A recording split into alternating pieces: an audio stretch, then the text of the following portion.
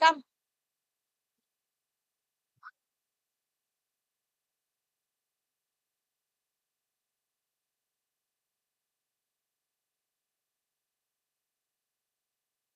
Can I have the slide of the four verticals? Because I'm going to speak.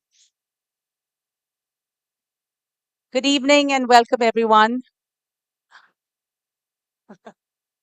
I'm so glad you all are here with us today.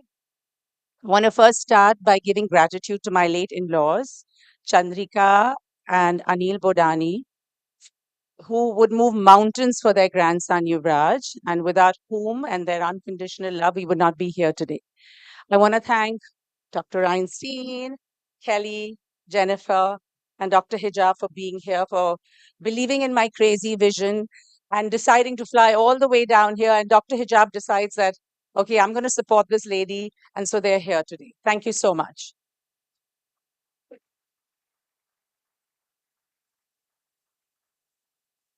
So the Keshav Lal V. Padani Education Foundation was established in 2010. The focus and the vision was to support individuals with disabilities and to make them contributing members to society. 2012, the Gateway School of Mumbai opened its doors. And as time went by in our formative years, we established it as a lab school. I I'm so excited today. I'm a little nervous at the moment, but everything the foundation does is backed by research. We're so particular about it that we've been very fortunate that a lot of our literacy papers have been published in prestigious journals all over the world. We've also developed our own homegrown literacy app called Fable, which is being translated besides English into Marathi and Hindi and hopefully Malayalam. Am I correct? Hopefully Malayalam. And we have 55 schools that use it and about over 7,000 students. So during these years, very organically, the other two verticals came along. The Gateway Research and Outreach Cell and the Gateway Professional Development Program. We believe that there has to be constant learning and we also are constantly collaborating. Today, I'm so excited to talk about the new venture, the Gateway Intervention Center.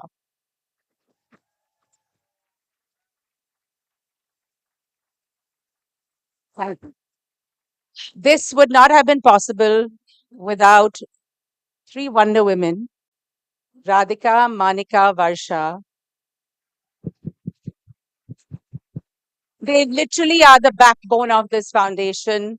I think they're incredible women who give so much to this and they really believe in the cause like we do as a family. So thank you, girls, and over to you.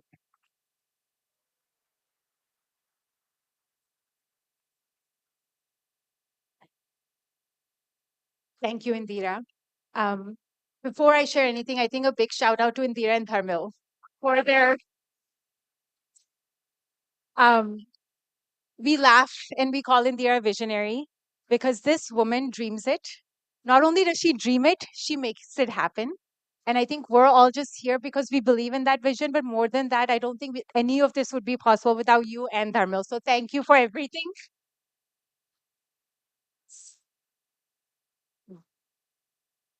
Thank you all for coming.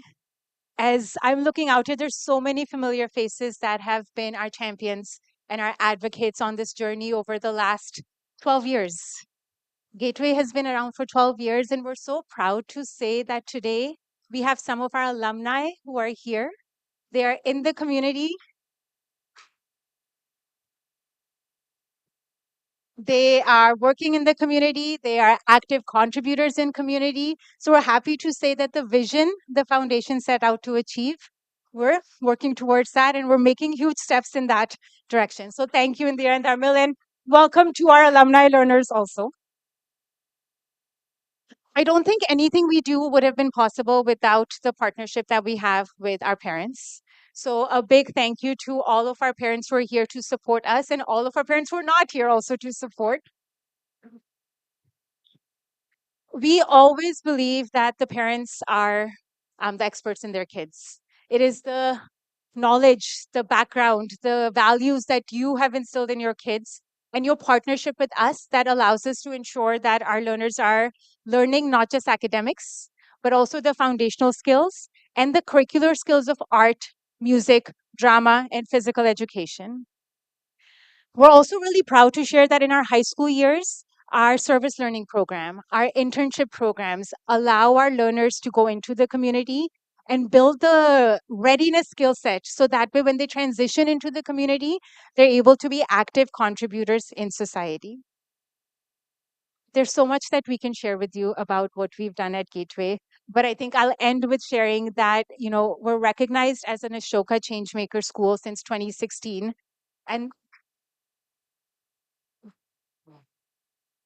And that is for the innovative and research based work we're doing in the field of special education. With that, I'll hand it to Radhika, who'll share a little bit more about what we're doing. Thanks, Monica. I made it on stage.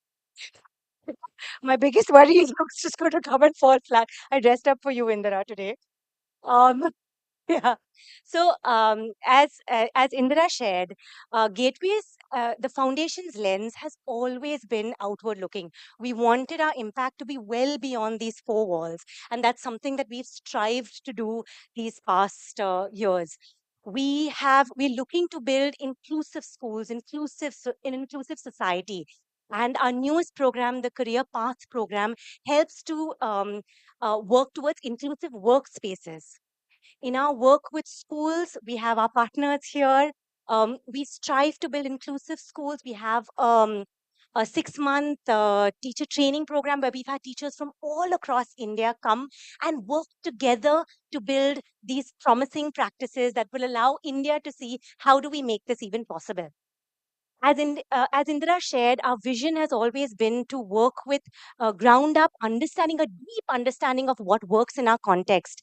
And we try to document what we learn and share those practices in different ways through journals, through short bite-sized videos, anything to be able to capture these promising inclusive practices. um, we closely partner with organizations.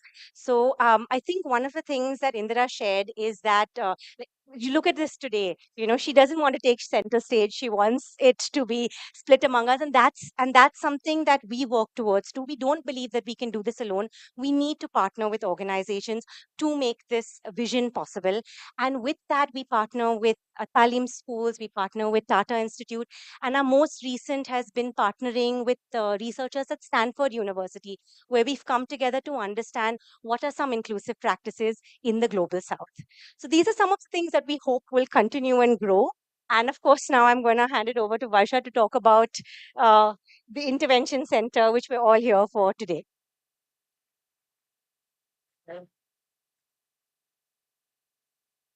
Hi and welcome everybody. As Radhika and Manika were talking today, I can't go back but to our 2010 conversation when I met Indira and Dharmil for the first time. We entered this building and what we saw was actually uh, a building, a go down, or maybe a thing, an industry, and we were looking at maybe a go down, and we were looking at how are we ever going to make this into a school.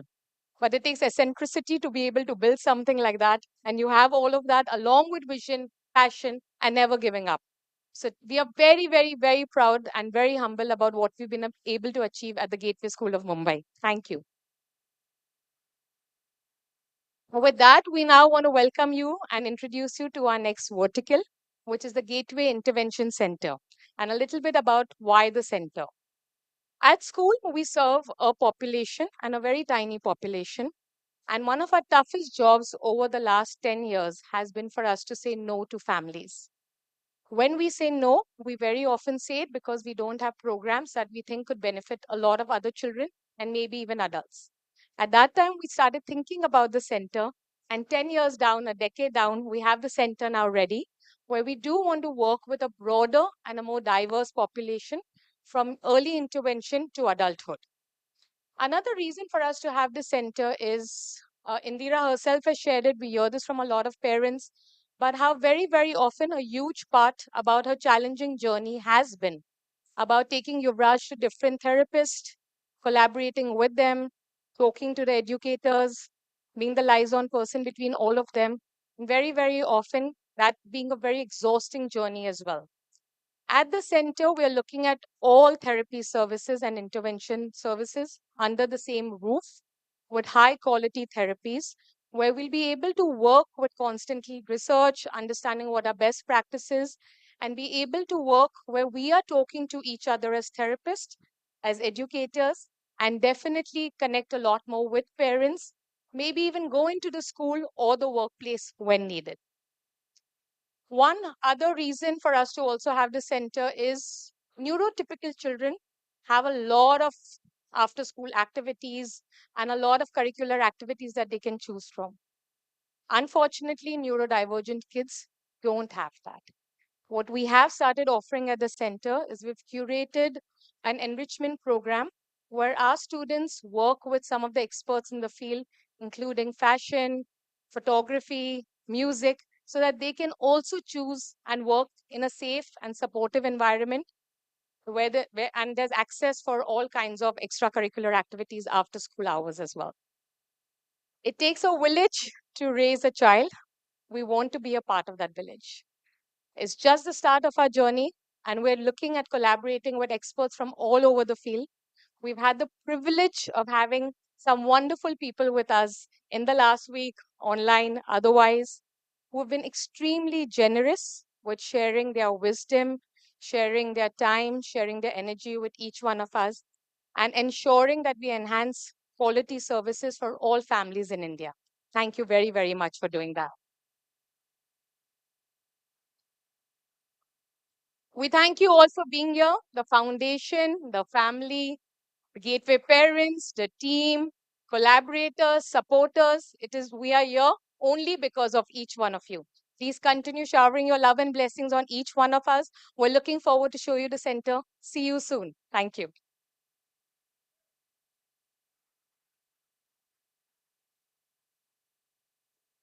Thank you so much, Indira, for sharing about the Keshav Budani Education Foundation. And thank you so much, ladies, for sharing about the different verticals.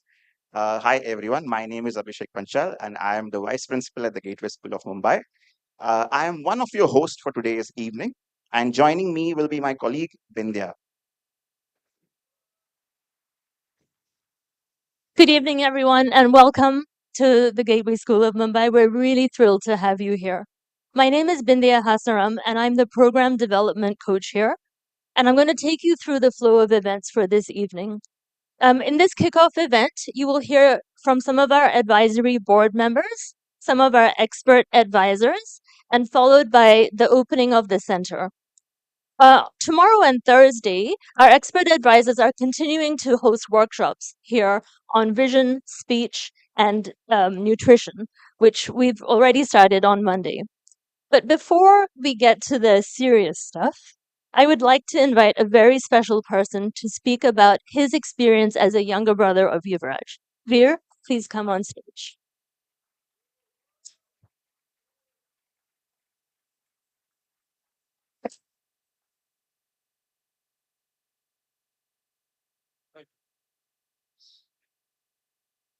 Ladies, gentlemen, and esteemed guests, my journey as a human being is deeply intertwined with the story of my older brother Yuvraj. At the age of 2, Yuvraj was diagnosed with a multitude of disabilities: epilepsy, cerebral palsies, global delays, and various other mental and physical disabilities.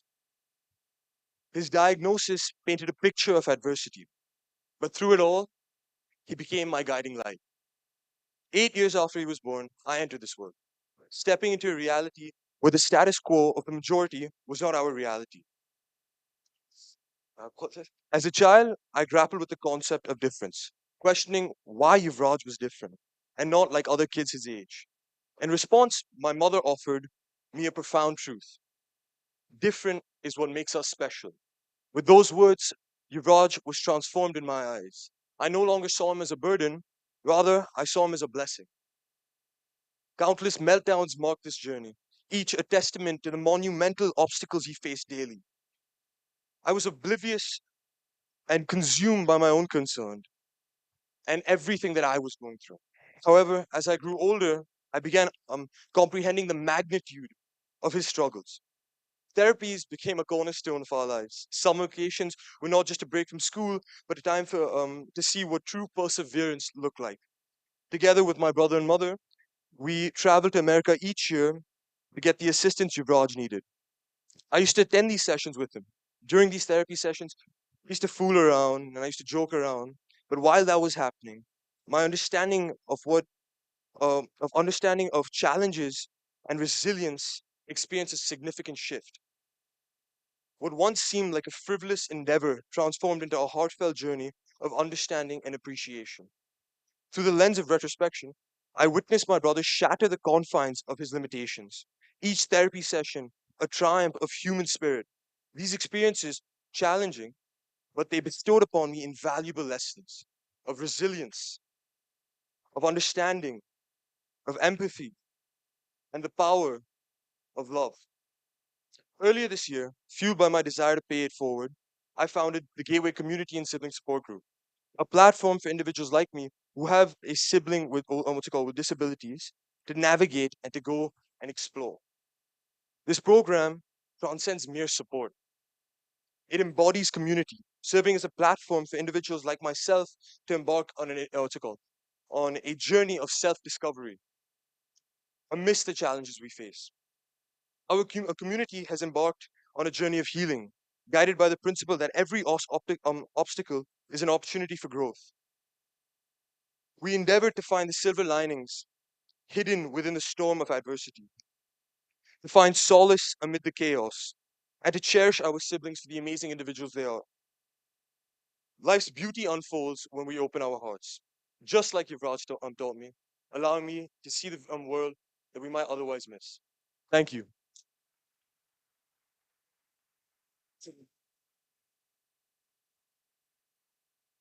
Thank you, Veer. We just hope that many siblings of individuals with disabilities can benefit from the sibling support group.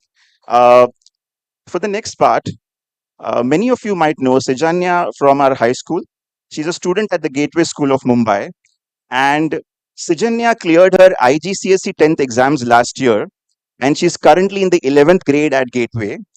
Today, we have Sejanya's father here to share something with us, Mr. Kiran Gomakantu. Sorry, very nervous. Good evening. I'm Kiran. So, right now,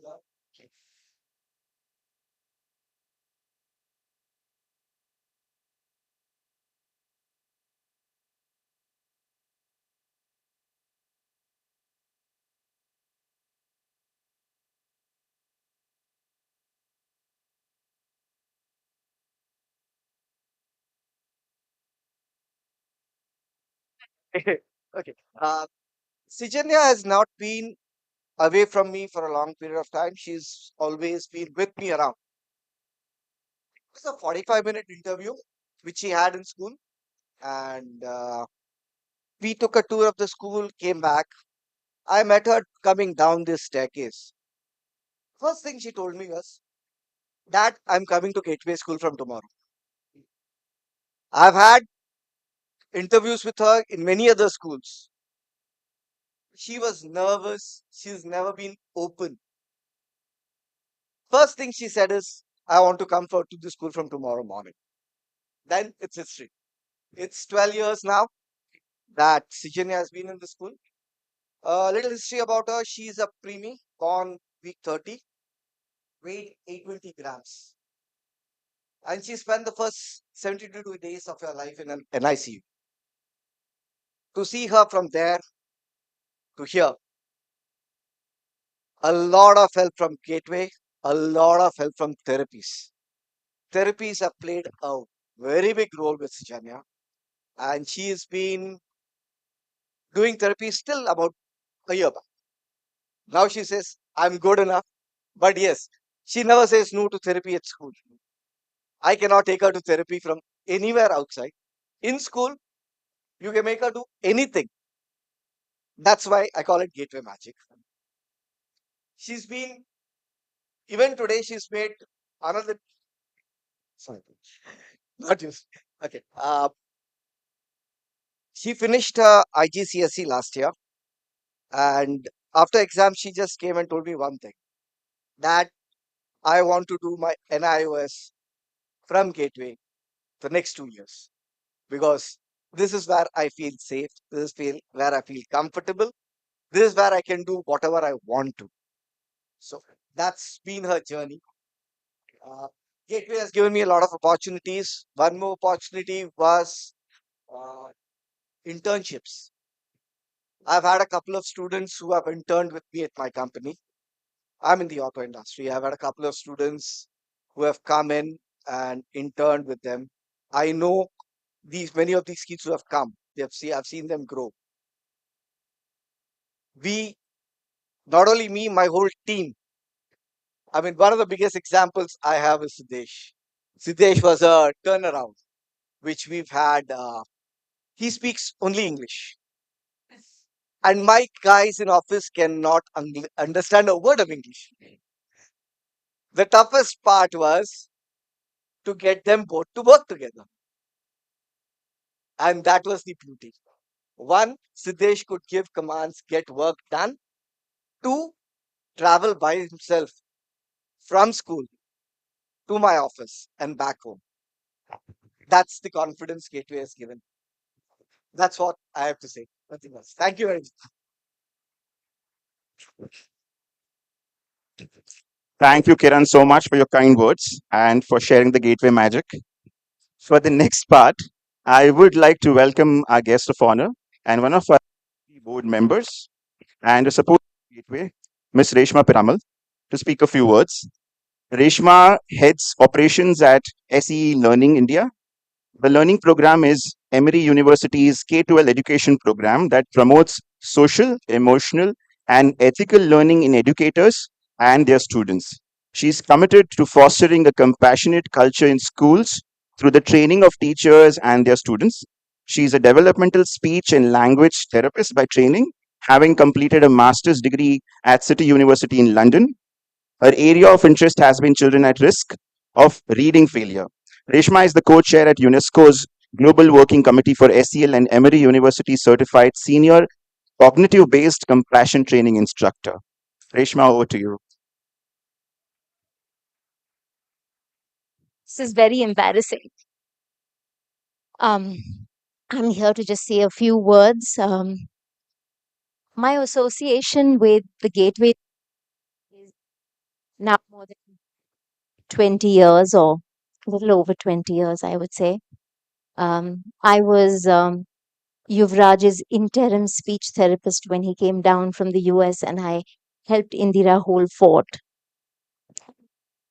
What I've actually witnessed has been a commitment of a family. I remember Anil uncle and Chandrika auntie, and him relentlessly asking me so many questions which I was ill equipped to answer. But I remember most of all this vision that Indira and Dharmil and the family had to create this space and the ability to share it with others. I think that has been for me a very important highlight in witnessing this journey. I have seen this family sacrifice many things. I have seen the passion. And I have to say that Indira is a huge inspiration to me. I am so proud of her, not just as a friend, but as someone who really embodies and she walks the talk. So she really shows you about how to do things. And when you say something and you mean it, you get things done. So Indira, I'm so immensely proud of me, proud of you, and I'm proud of me because I'm your friend and I've seen you through this. Um, for me, Gateway is not a building, an institution, bricks and mortar structure, but it's a living system. And it is a system infused with a culture of compassion and of an interdependent reality. It has this interwoven web strengthened by love and kindness. So if you ever feel you're falling, know you're being held. It's this spectacular team of parents, professionals, teachers, students that come together to really create what an interdependent system looks like. So I know for a fact that interdependent systems do exist, and this is one really, really precious example of that. Um, I think Indira has outdone herself. The team has outdone themselves. Every time there is something new to look forward to. If someone was to say what next, I would say that a lot of people talk about scale and think of scale as being horizontal, but I think scale is vertical. It is about being about depth, and this school has shown what it means to develop an expertise and to really, really scale vertically downwards. And I'm really, really amazed to see that. So Indira and the entire team here, parents, teachers, professionals, really, we are so excited to see this unfolding of this new avatar of Gateway. And congratulations to each one of you.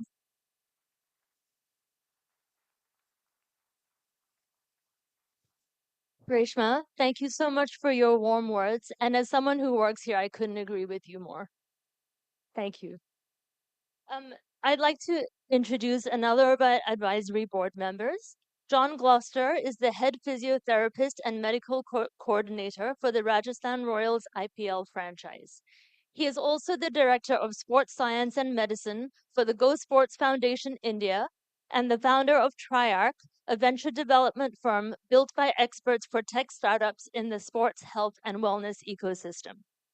John has worked extensively with international cricket for the last 25 years, most notably as the head physiotherapist to the Indian cricket team from 2004 to 2008, and and the Rajasthan Royals in the Indian Premier League since its inception in 2008.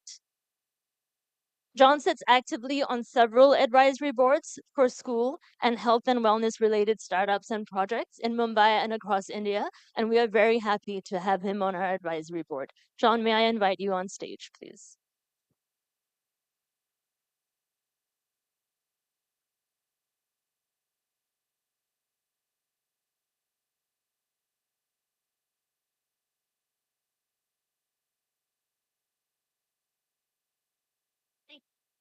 Thank you. Thank you very much. Firstly, congratulations to everybody. Indy, I'm a little disappointed that I didn't get one of those T-shirts that so everybody knows who I am. But seriously, it's amazing what's unfolded here over the last 12 years, and since I've been involved at an advisory board level.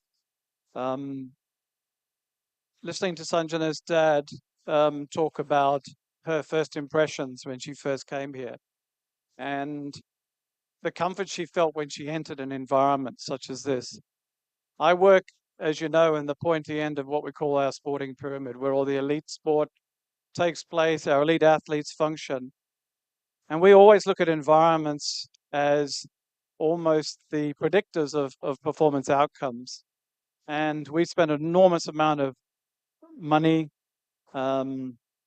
resources, everything we can in producing environments that are conducive to outcomes. And the thing that's impressed me most about the growth or the birth, the growth and the journey of particularly the Gateway School of Mumbai has been the environment that they've created, particularly keeping that in mind around performance outcomes. Their high-performing athletes are the kids, as my high-performing athletes demand certain environments for their performance outcomes. These kids demand and deserve high performance outcomes as well, high performance environments for their outcomes as well. So amazing what you've built on, what you've grown from the ground up, literally, and we're further going up, as you will see. The other thing also is this is a learning institution. It's a school, it's an education institution, and education institutions are only as strong as the teachers.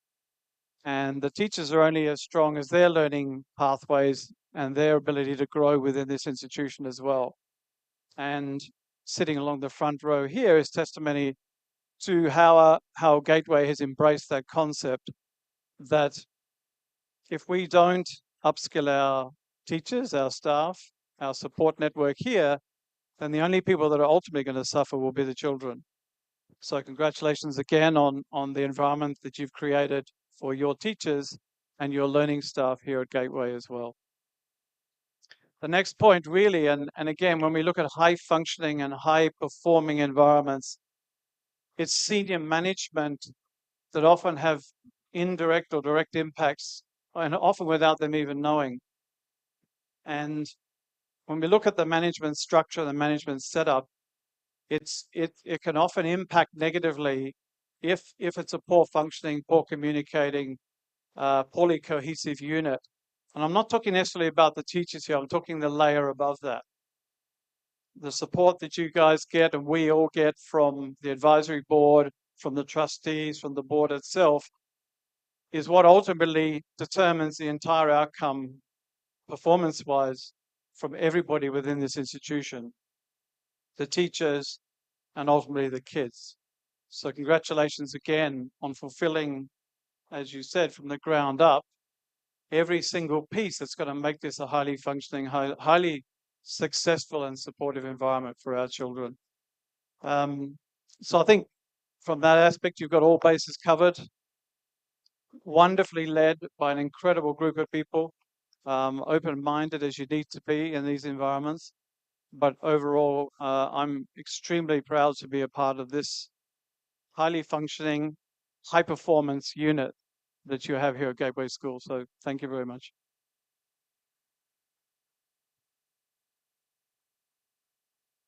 Thank you very much, John, for giving us some insights from that perspective. All right.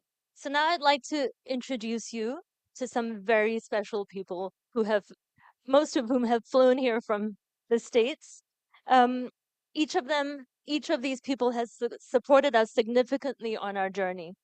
Jennifer, Dr. Kelly, Dr. Reinstein, and Dr. Hijab will participate in a panel discussion where we will be having a conversation about supporting children's well-being. So I'll start with introducing, you come on stage.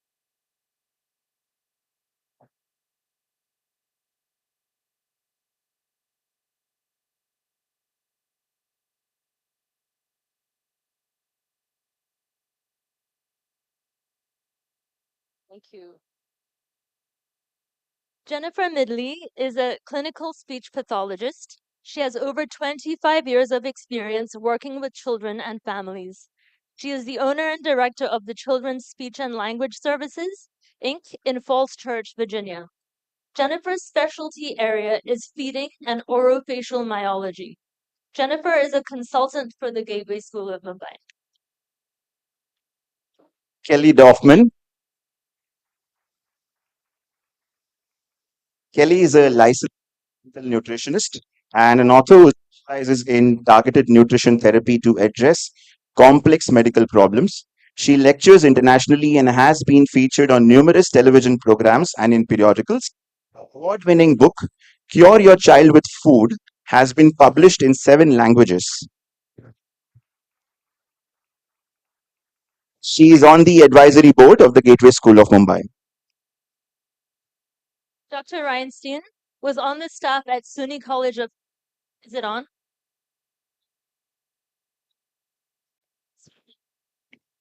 Dr. Reinstein was on the staff of SUNY of Pediatric Department as an assistant clinical professor 1995 to 2000.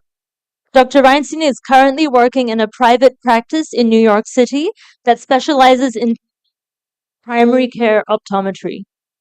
Dr. Reinstein lectures extensively on pediatrics in primary care optometry and the importance of eye care for children.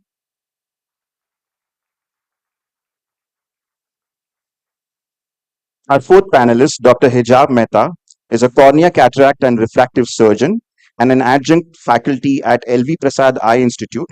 Dr. Hijab is passionate about cornea surgery, including corneal transplants. Apart from being a cornea and cataract surgeon, Dr. Hijab also specializes in LASIK surgery, doing bladeless LASIK and also SMILE, which is the bladeless and flapless way to get rid of glasses. Dr. Hijab has presented at many national and international conferences and published articles in peer-reviewed journals. Dr. Hijab and her husband started a comprehensive eye care center, the Infinity Eye Hospital at Tatev, Mumbai.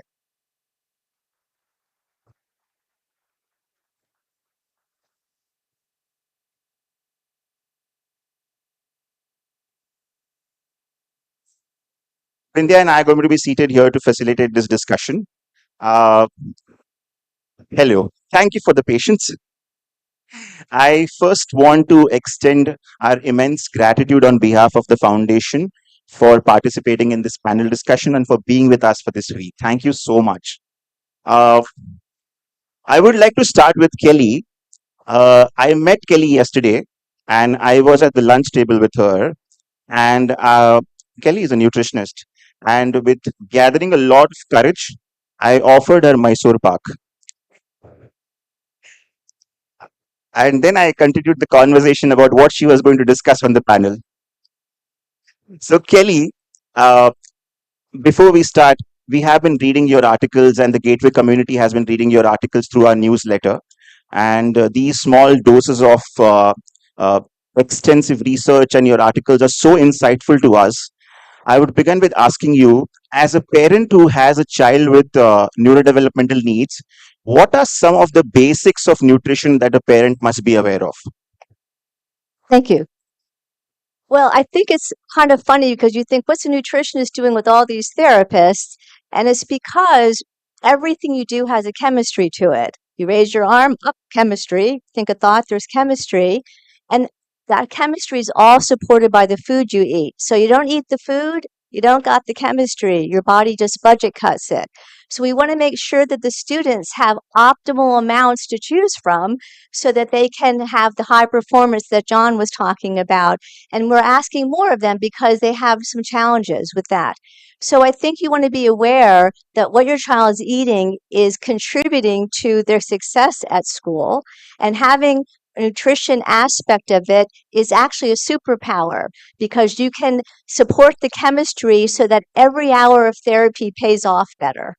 So that's why I think nutrition is so important. You want to look at what your child is eating in terms of irritants. Are they eating something that's bothering them? That could be slowing them down. Or in terms of missing nutrients. And we look at that therapeutically. We even have a program that I call the best dyspraxia program ever, somewhat modestly. and, and it's really a series of nutrients that we know are important for the chemistry of speech. So if you have the chemistry of speech, you can actually put those blocks together when it comes time to be working on the skills. Thank you, Kelly. I have a follow up question for you. We have a lot of parents in the audience, and if you could highlight the connection between nutrition and academic learning, because we also have school children in the school. So, what's the connection between academic learning and nutrition, and how does they invariably impact each other? That's a very good question. Well, the brain is 3% of your body, but it takes 20 to 25% of your energy. So you need the energy from food in order to function. So just a quick example, if you go to school with a couple of pieces of roti for breakfast and that's about it, by about 10 or 11 o'clock in the morning, you're not going to be ready to do anything much except think about what's for lunch. So we look at the energy levels because you need that for attention. If your body is low on energy, your brain's the first thing that notices. And it says, where's that energy? I got to do some thinking here and some learning. And learning chemically changes the brain. So if you don't have these chemicals available and the nutrients available, you have the experience of learning, but you don't learn it. You keep having the same experience, you keep hearing the same math facts over and over again, but you don't actually put them into learning. Your brain cells have to change in order to accommodate that learning. And the nutrients help you do that. You're not the government. You can't borrow money. You can't run on a deficit. You have to have it available or you budget cut. And unfortunately, where you budget cut very often is in learning. You won't budget cut in survival, but your body will make a deep cut into learning. Thank you, Kelly. I was at your workshop on Monday, and I couldn't believe how complicated actually nutrition is, and how how careful we need to be. And I remember that during the pandemic, you were giving us a lot of guidance for some kids. And one of the children that comes to mind is Abhinav Karthik. I don't know if you remember, but he at that time could eat and tolerate very few items. And now he's trying out various tastes, various temperatures, and he's even making his own breakfast. So I know you've had impact here, so thank you. Jennifer, I'd like to ask you some questions about the services that you provide for children. So we'll start with, what exactly does a myofacial therapist do? So, a myofascial therapist is somebody who looks at how the tongue and the lips and the cheeks and the jaw all function together. And when there is something that isn't moving the way that it should, it can affect the way that you are talking and the way that you're eating, the way that you're swallowing. It can also maybe have an impact on the way that you're actually like breathing and functioning. So we look at all of those areas and how they're working together in order to help somebody to have more precise articulation or to eat more appropriately. So when would a parent approach someone like yourself? When would they know that this is someone I need to, I need to meet with a myofascial therapist? So I think there's a myofunctional therapist can deal with little children as well as those that are 5 and older. A typical myofunctional therapy approach is usually that type of therapy is for somebody who can follow more directions and really understand the purpose of what they're doing. So if they are open mouth chewing, or they're drooling, or they're having some difficulties keeping their lips closed, that's going to affect both their eating and their speech. So we would want, if you have a child that's doing that, you would want to then reach out. As far as a little one goes, 0 to 4, you're still going to see very similar issues, but they themselves can't actually follow the directions to do all of the exercises. So it's done more of like a feeding therapy approach, where if you have a little one that's mouth breathing or their tongue is out, they're doing a lot of drooling, they're not able to transition to solids appropriately, or maybe they're only eating purees and they're not able to chew. Those are when I would say find a myofunctional therapist or a speech therapist who specializes in feeding in order to help with those conditions. We really want our children to be eating and moving up from bottle to purees to chewing and eating pretty much what you're eating. And apart from feeding and nutrition, the other phrase I've been hearing a lot of around here recently is the closed mouth oral resting posture and nasal breathing. So could you elaborate on the negative impacts of mouth breathing, please? Sure. Oral resting posture is very important. It's something that we often don't pay attention to. But if you are mouth breathing, you are taking in a lot of the toxins that are in the air, and so you may be your system isn't able to filter. So if you think about your nose and nose breathing, your nose has cilia, which is the hair, and all of the pollutants in the air go through the nose when you're nasal breathing, and it swirls it around and it collects in that hair. And so by the time it gets to your lungs, it's healthy air. And so when we have nasal breathing, our system works much better. Our children are more regulated. As adults, we're more regulated. When you're mouth breathing, you can have an open mouth resting posture where you're open. So your facial muscles are not as maybe strong as they should be. And you're just breathing in air that you really shouldn't be breathing in without it being filtered. In addition, when you think about someone who's mouth breathing, they tend to either be drooling a lot, their lips get weak, they may not be able to swallow appropriately. So some may have a tongue which is sticking out of their mouth a little bit. So when they're swallowing, they're not able to really close their lips well, get the food down. So nasal breathing and resting posture are very important. So it's one of the first steps that we really want to try and work on. But first, we do have to find out if they're able to breathe through their nose appropriately. And there can be lots of reasons where they can't breathe through their nose. So you may have allergies, you may have enlarged tonsils or adenoids, you may have something that you may have a tongue tie, which I'm sure you've heard a lot about, that is obstructing that airway, especially at night, because if you are able to, if you're laying down and you're not able to breathe, you will then start to mouth breathe just because you can't really breathe from your nose appropriately. We have some thumb suckers that are doing it to be able to breathe better at night because they're opening up their airway. So before we do any nasal breathing or before we work on the resting posture, we do want to make sure that they're able to actually adequately breathe through their nose. And if there's nothing structurally going on that's affecting that. Thanks. That makes a lot of sense. Thank you. Sure. Thank you. Uh, Now we're going to turn our attention to vision, and Dr. Einstein's here. Dr. Einstein's has been working with a therapist to offer the various exercises to our students in vision therapy. And a couple of days ago, our therapist called in volunteers to be able to practice those therapies, and I volunteered for it. Two things came out of it. The first thing, I understood, they came in with specific examples of how some of our children struggle with vision and using their eyes together. And the second thing being, I asked a very naive question: am I a candidate for vision therapy myself? I would like to begin by asking, what exactly is vision therapy?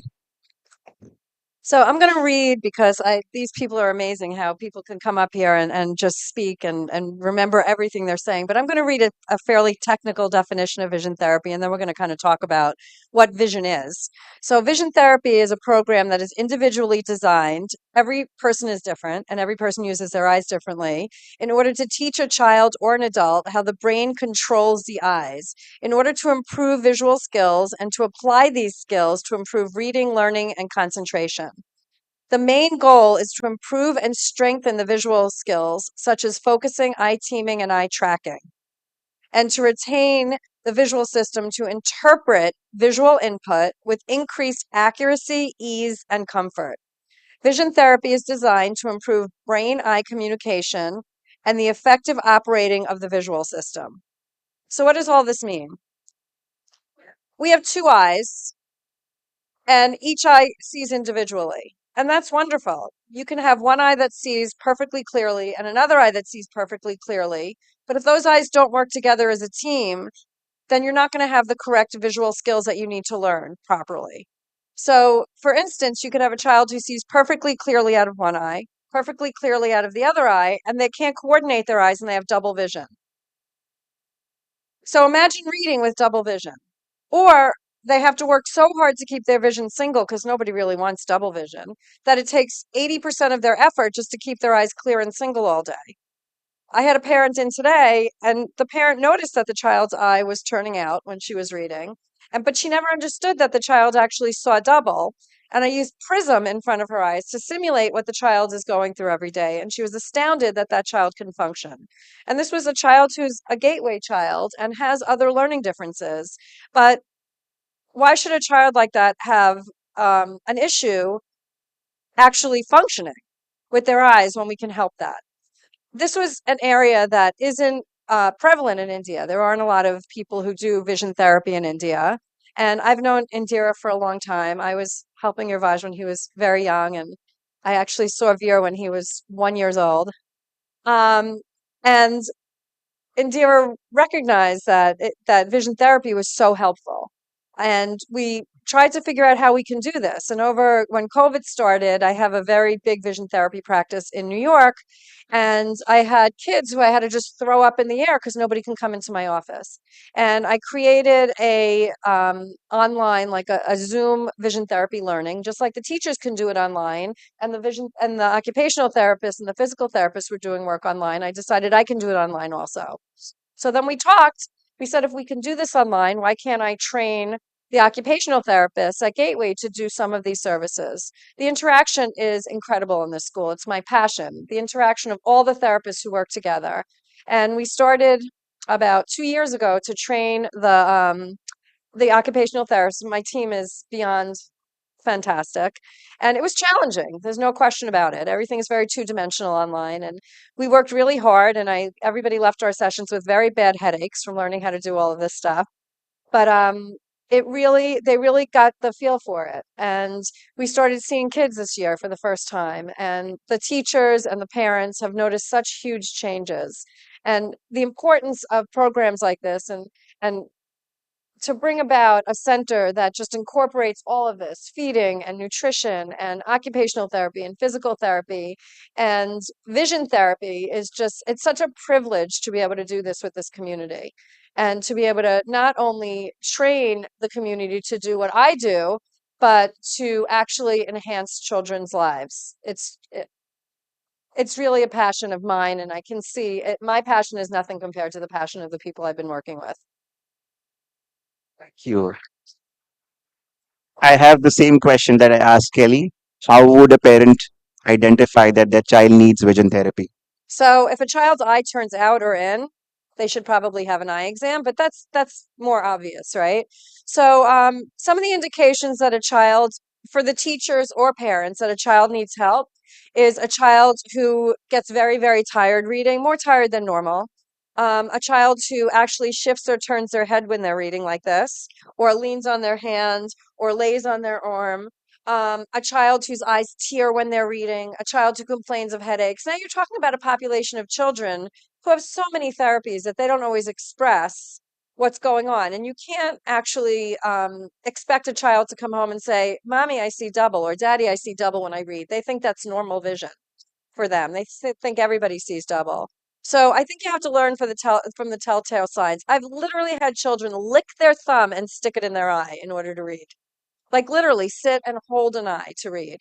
But this is your child, and they have so many other things going on, and you don't always pay attention to their posture when they're reading, to, you say they're lazy or they're distracted. A lot of kids who are diagnosed with ADHD actually have vision issues. They need glasses for farsightedness, or they need eye exercises.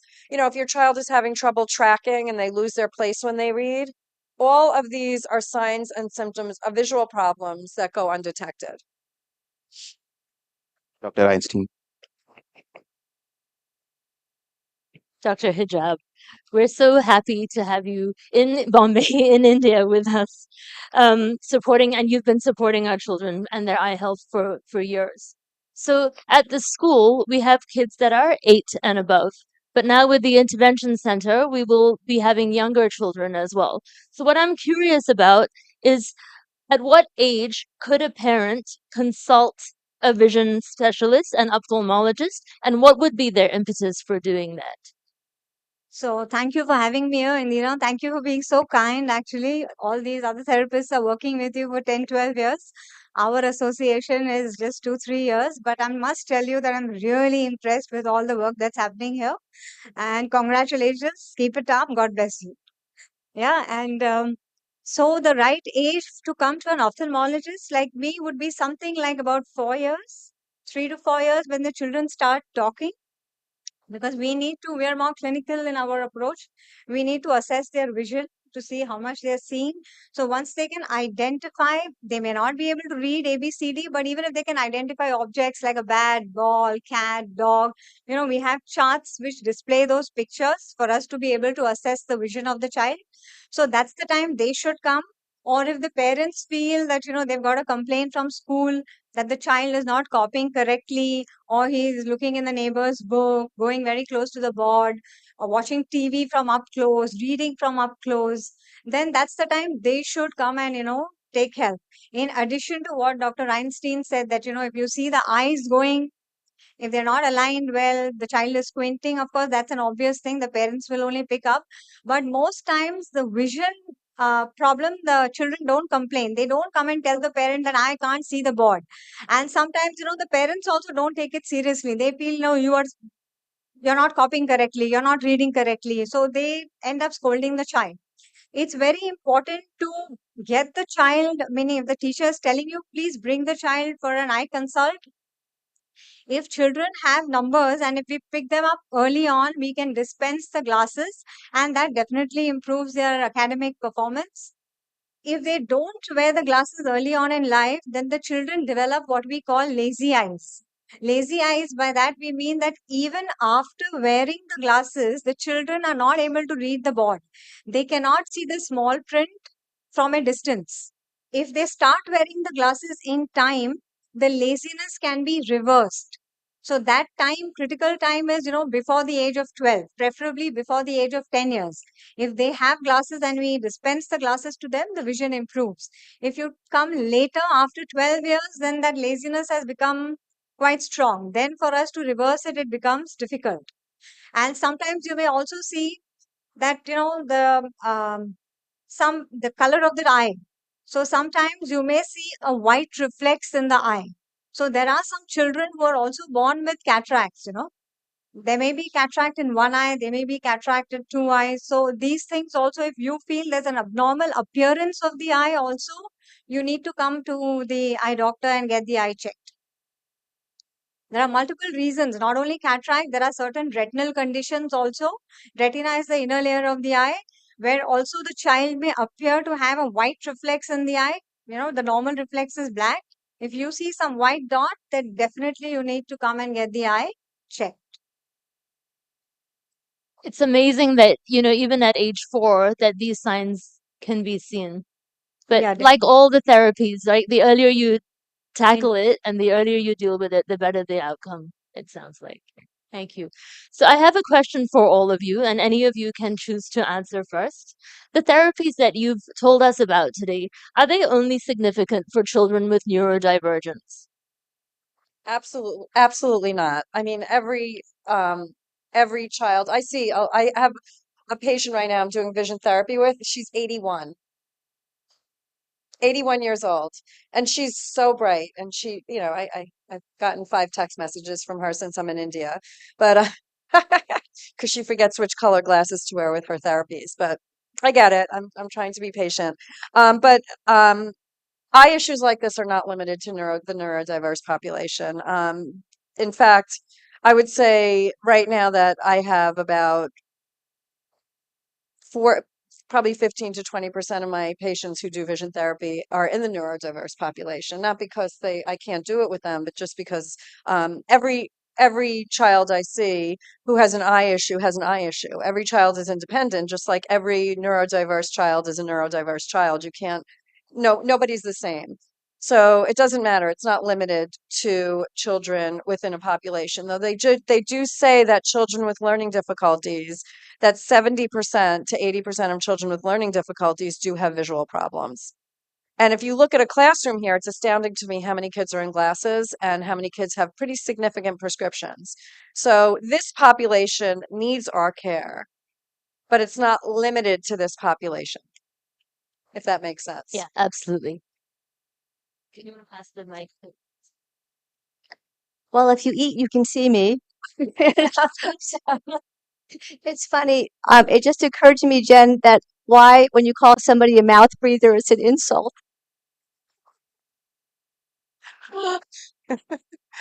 Um, so in my field, especially the myofunctional therapy, I work with a lot of orthodontists for the older population.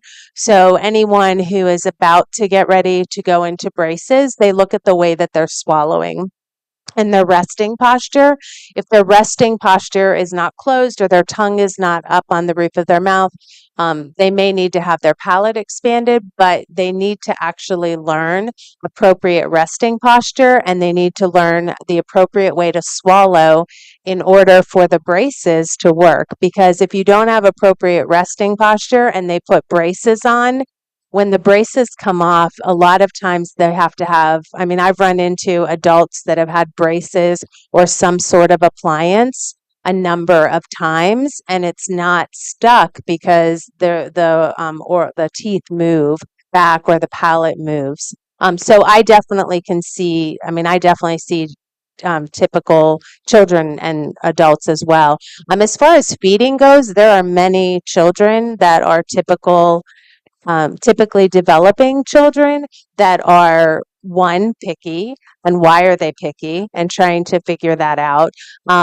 They could have a number of reasons as to why they're not able to eat foods in our society, we have a lot of soft foods now. So in the past, when our ancestors were growing up many, many years ago, they used those jaw muscles more than they're using them now. And so we have a population that tends to eat the softer to chew food. So your jaw is not developing. And so we have our structures are changing. You see a little less tone in the cheeks. You see more of a tongue that doesn't really have to work hard. So absolutely, there's not, you can work with children and adults that don't have any issues. So. Thank you so much. If anyone wants to add to that question? Okay. Thank you for the enlightening conversation and for being so patient with our questions. I'm very sure everyone is walking away with a lot of takeaways from this conversation. In the interest of time, we're not taking any audience questions, but I'm very sure that after the inauguration, you can catch hold of the ladies and ask your questions and continue strike a conversation and ask your questions. With that, we conclude our panel discussion. And I would like to thank you, but also thank you to Indira for putting this panel together. Thank you so much.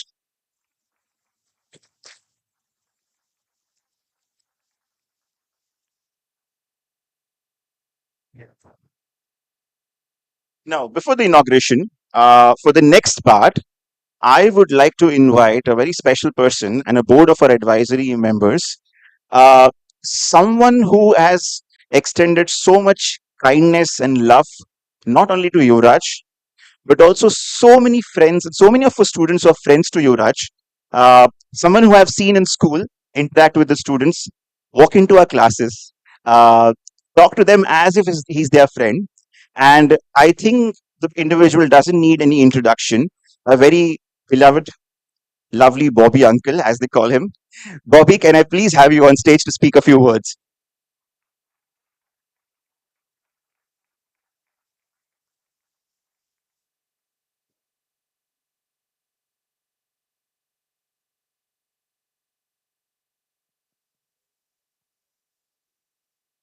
Um, it's just amazing, the way my life changed after seeing Yuvraj. I got to understand about kids with special needs. I never knew anything about it. I was like a person walking around the street, driving my car, seeing kids while I was traveling overseas or in India. Never understood. As a kid, I used to find it funny. I used to find them funny. I used to laugh at them. But then, as I grew older, I got mature. I started understanding that they have issues which no one can understand, and especially in a country like India. It's very difficult because the population is so huge and no one puts their effort into finding these small little issues which make an individual grow up into a strong human being. But then I bumped into the Bodhanis, and I'm just not here because, I'm here mostly because Bodhanis are in. Well, this property which is here, Dharma's dad just without questioning gave it to Indira because he knew what it meant to her.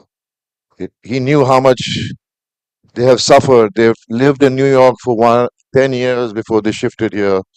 I mean, left the business so that they could look after their son. And when they got back, there were no institutes that could take care of these kids as well as Gateway can right now. So they would put every child is in a spectrum of whatever they have the issues, but the doctors never understood that. So it makes me feel very proud that I'm standing here today because today, with all these therapists here helping Gateway and bringing all the therapies under one roof is such an achievement. You know, Indira, I'm a little nervous because there are too many people standing here. I never get nervous. I don't have so much about these things, but I have interacted with all the kids here and I've seen them change. There's Anirudh out here who's handling the art class now in the school. It's amazing. And then my Yuvraj, I think he's the best chef in town. Seriously, he cooks the he cooks the best creme brulee ever. So So proud of you, Bodanis. I love you guys, and it's just amazing what you have achieved. It's like a dream come true for all the kids in the school. I interact with these kids since years and years and years. They come to my house at functions, and I'm lucky because I'm an actor, so excited to meet actors. It's like in a way, I was lucky that I was an actor and I could interact with them and make them understand so many things. And get them excited. I mean, Salman Khan. You know, I know him really well, and how much love he has given to Yuvraj. He's come to the school and actually interacted with the kids, and it's just amazing. It's just amazing what Indira. Where's Indira? How are you feeling? She has not slept well. She was so excited about the moment, this moment today in her life. And I swear, Nindi, you're an awesome woman. You know, I love you. Lana.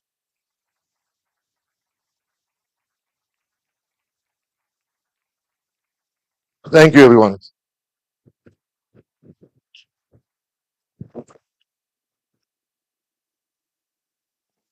Thank you so much, Bobby. I know that you're inspired by Yuvraj and his friends, and they're equally inspired by you, as we all are. Okay. All right. The next part of this ceremony will be held in the center itself, and we will stream it here. Okay. So I would like to request our advisory board, our panel members, to head downstairs to the center for the official ceremony. Everyone else can be seated here. Yeah. After the ceremony is over, we'll invite you downstairs, but for now, you get to see it through the screen. Thank you. Yes. You want to take one?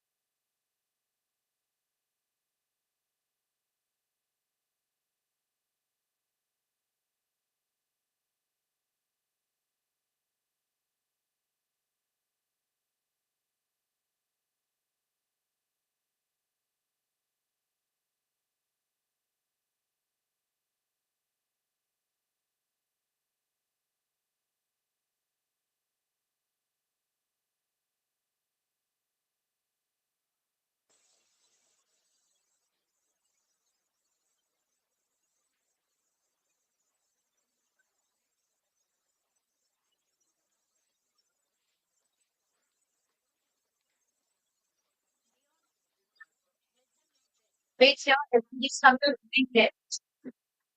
And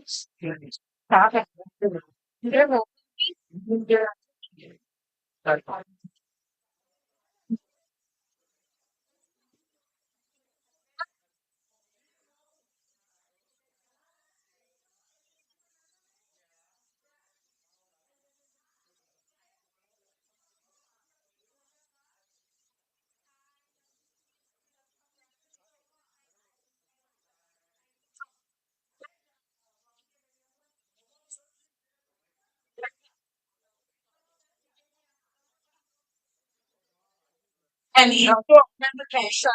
Do you remember Kenny? Yeah. A lot. You're the man of the hour, though. Well, stuff. Yeah.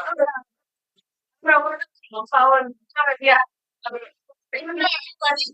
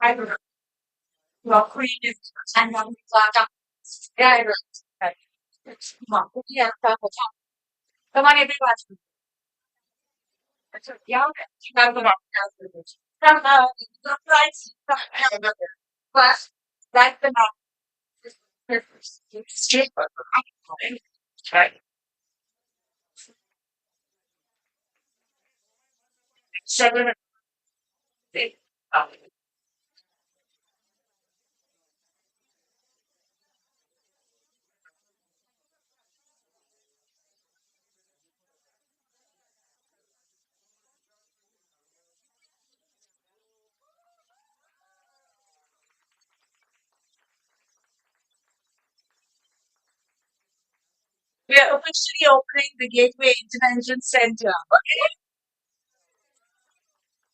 Okay. How it's open? Well, not President, but thank you. Yeah. Yeah. You want me to? Yeah, come, take a picture. Yeah, please. Okay. Bobby, there you go. And then you sign with me. Yeah. Yeah, so darling, I would like. Yeah, we should have his daughter. Why? What?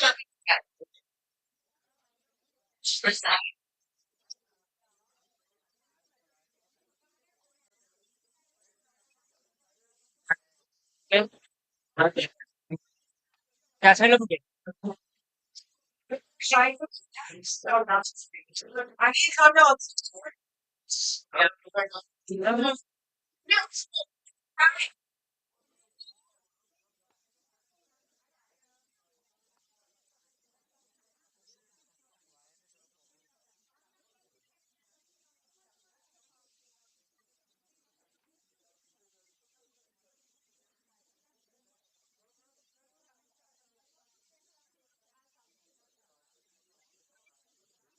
Yeah.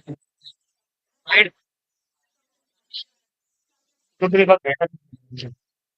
Okay, thank you. Thank you.